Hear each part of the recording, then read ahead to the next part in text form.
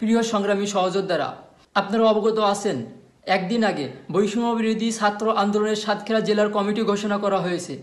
আমরা চেয়েছিলাম বৈষম্য মুক্ত একটি কমিটি গঠন করতে, কিন্তু দিন শেষে দেখা গিয়েছে যারা গত 3 মাস ধরে ঢাকায় যে কেন্দ্রীয় ভাইদের সাথে লিয়াজু করেছে, ঠিক তাদেরকেই এই কমিটিতে বসানো হয়েছে।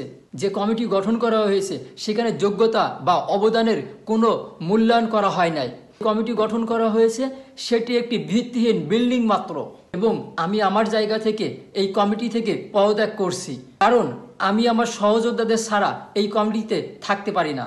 2 আগস্ট কেন্দ্রীয় সমন্বয়ক রিফাত রশিদ ভাইয়ের আইডি থেকে যে সাতক্ষীরা জেলার কমিটি ঘোষণা করা হয়েছিল, সেই কমিটিতে কাদের রাখা হয়েছে এবং সেখান থেকে কতজনকে, বর্তমান যে কমিটি ঘোষণা করা হয়েছে সেখানে কতজনকে রাখা হয়েছে, সেটি যদি আপনারা দেখেন তাহলে সেখানে বুঝতে পারবেন এই কমিটিতে কিভাবে লেয়াজু করে কমিটি গঠন করা হয়েছে।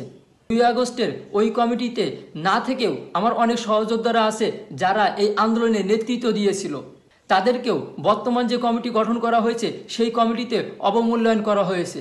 এই কমিটি গঠন করার আগে আমি কেন্দ্রীয় ভাইদেরকে বলেছিলাম, আপনারা সাতক্ষীরাতে যাবেন এবং স্থানীয় মিডিয়ার সাহায্য নিয়ে প্রত্যেকটা ভিডিও ফুটেজ দেখে দেখে আপনারা তাদেরকে বের করুন কারা এই আন্দোলনে নেতৃত্ব দিয়েছিল। তাদেরকে বের করে তাদেরকে নিয়ে, সকলকে নিয়ে, কাউকে মাইনাস না করে সকলকে নিয়ে এই কমিটি গঠন করুন। কিন্তু তারা দিন শেষে দেখা গেল একদল ছাত্রদেরকে মাইনাস করে দিয়ে তারা এই কমিটি গঠন করেছে, যেটি বৈষম্যবিরোধী ছাত্র আন্দোলনের পক্ষ থেকে সাতক্ষীরা জেলার যে সাধারণ শিক্ষার্থী ব্যানার ছিল সেখান থেকে সাধারণ শিক্ষার্থীরা প্রত্যাখ্যান করেছি। আমরা কেন্দ্রীয় কমিটিকে বলতে চাই, 48 ঘন্টার ভিতরে বর্তমান যে কমিটিটি দেওয়া হয়েছে সেই কমিটিটি স্থগিত ঘোষণা করে আবার পুনরায় কমিটি গঠন করবেন, অথবা আপনারা সময় নিয়ে পূর্ণাঙ্গ কমিটি গঠন করুন। আমরা কাউকে মাইনাস করে এই কমিটি গঠন করতে দিব না।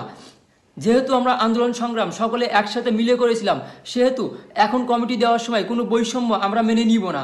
সো আপনারা যদি চান সাতক্ষীরাতে একটি সুন্দর কমিটি গঠন করা হোক, তাহলে সকলকে নিয়ে আপনাদের এই কমিটি গঠন করতে হবে।